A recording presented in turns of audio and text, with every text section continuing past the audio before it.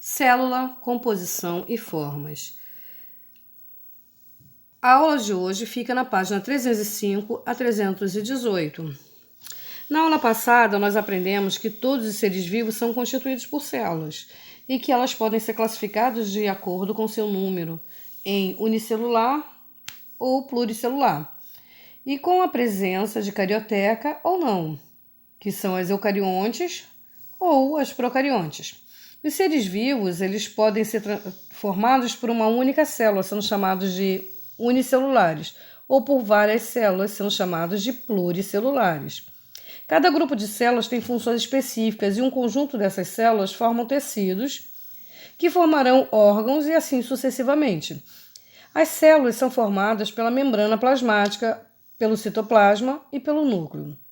No citoplasma existem estruturas chamadas de organelas, que desempenham diferentes funções dentro dela.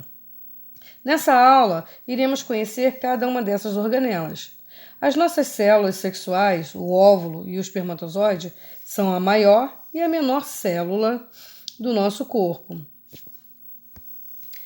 As diferenças entre célula animal e vegetal. Tanto a célula animal quanto a vegetal são classificadas como eucariontes, ou seja, a carioteca está presente, fazendo com que o material genético fique no núcleo. A principal diferença entre a célula vegetal e animal é a presença de estruturas nas células vegetais, tais como a parede celular, vacúolos e o cloroplastos. Os cloroplastos são organelas que possuem pigmento verde, a clorofila, que absorve a energia solar. O cloroplastos, ele ele absorve a energia solar para realizar a fotossíntese, que é o processo de produção do alimento dos seres autotróficos. Os seres autotróficos são aqueles seres que produzem o seu próprio alimento, no caso, os vegetais.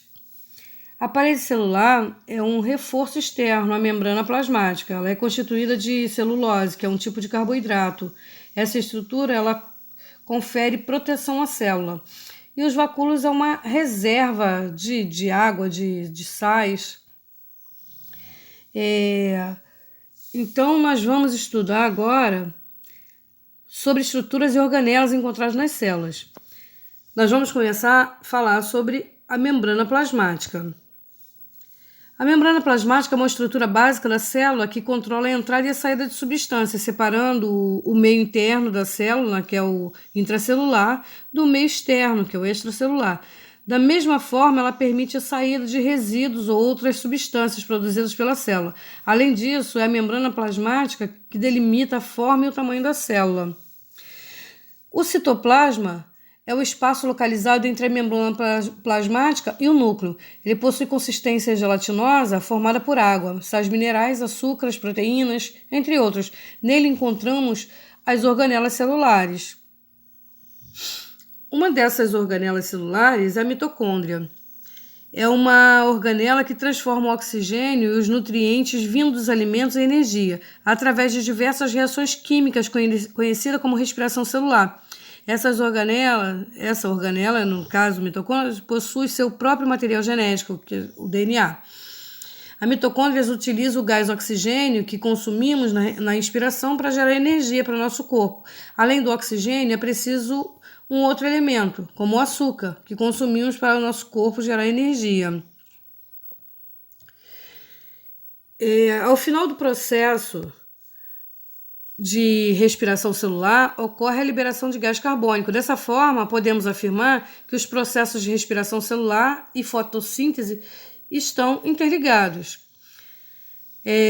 Na respiração celular, nós vemos, que a mitocôndria, aqui no caso, a fotossíntese produz o oxigênio, mas consome o gás carbônico. E na respiração celular, ela produz o gás carbônico e consome o oxigênio.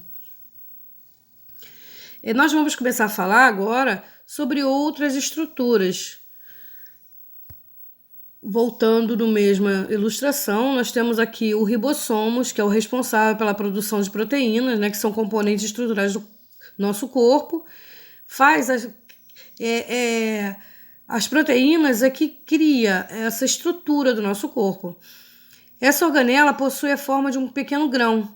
Encontramos ela também na superfície do retículo endoplasmático rugoso. É a única organela presente tanto em células procariontes quanto nas células eucariontes.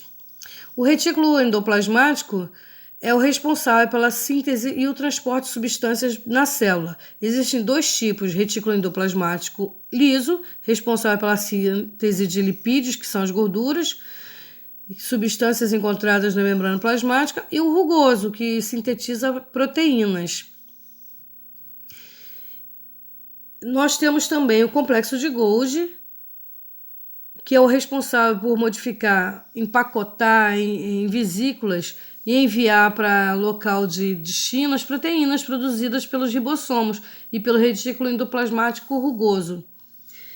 Agora, os lisossomos, eles são organelas em forma de pequenas vesículas que possuem enzimas digestivas que atuam na digestão intracelular. Nós vamos ver aqui nessa ilustração a função do lisossoma. Para que o lisossoma possa atuar na digestão de partículas, ocorre englobamento das mesmas através de expansões de membrana plasmática. Essas expansões acabam se fundindo e a partícula é englobada e carregada para o interior da célula. Ao englobamento de partículas sólidas, se dá o nome de fagocitose, e no caso de partículas líquidas, de pinocitose. Os processos de fagocitose e pinocitose ocorrem também como um mecanismo de defesa do nosso corpo. Nossas células de defesa, elas englobam organismos estranhos ao nosso organismo, né? Como, por exemplo, bactérias através de expansões de membrana plasmática. Nós vemos também que a plasmocitose é o processo de eliminação. Então, a fagocitose é como se ela estivesse ingerindo, né, comendo, a pinocitose como se a célula estivesse bebendo, porque ela ingere líquido, e a plasmocitose é o processo de eliminação. Nós temos também os centríolos, vamos voltar aqui, que são organelas formadas por um conjunto de microtúbulos, né, que são constituídos basicamente por proteína. Sua função está relacionada à divisão celular e à formação de cílios e flagelos, que são estruturas responsáveis pela locomoção. Agora nós vamos ver o núcleo celular, que regula as atividades celulares e apresenta os seguintes componentes envoltórios: nuclear, também chamado de carioteca ou membrana nuclear, o nucleoplasma, o nucleolo e o material genético, como mostra o esquema a seguir, né? O envoltório nuclear é a membrana que envolve o núcleo. O nucleoplasma é um material formado principalmente de água e proteína, de aspecto gelatinoso, que preenche o espaço interno do núcleo. E o nucleolo é um corpúsculo arredondado, localizado no nucleoplasma, que atua na formação dos ribossomos. O material genético presente no núcleo é o DNA. Então, o DNA é que ele tem toda a identidade, né, da nossa célula. Então, a maioria das células são mononucleadas, ou seja, possui apenas um núcleo. Há células com dois núcleos, que são binucleadas, com vários núcleos. E tem uma única célula, que são as hemácias, que a gente vai ver aqui, que ela é anucleada, ela não possui núcleo. Nós temos as células nervosas, que são os neurônios, as células arredondadas que não têm núcleo, que são os glóbulos vermelhos, que são as células sanguíneas, as células reprodutoras, né, que são os espermatozoides e os óvulos, célula de defesa, que são os leucócitos, e as células fusiformes, que são os músculos, e cúbicas ou cilíndricas, que são as da pele. Nosso corpo tem cerca de 200 tipos de células diferentes, sua forma varia de acordo com a sua função. Essa foi nossa aula de hoje. Até a próxima!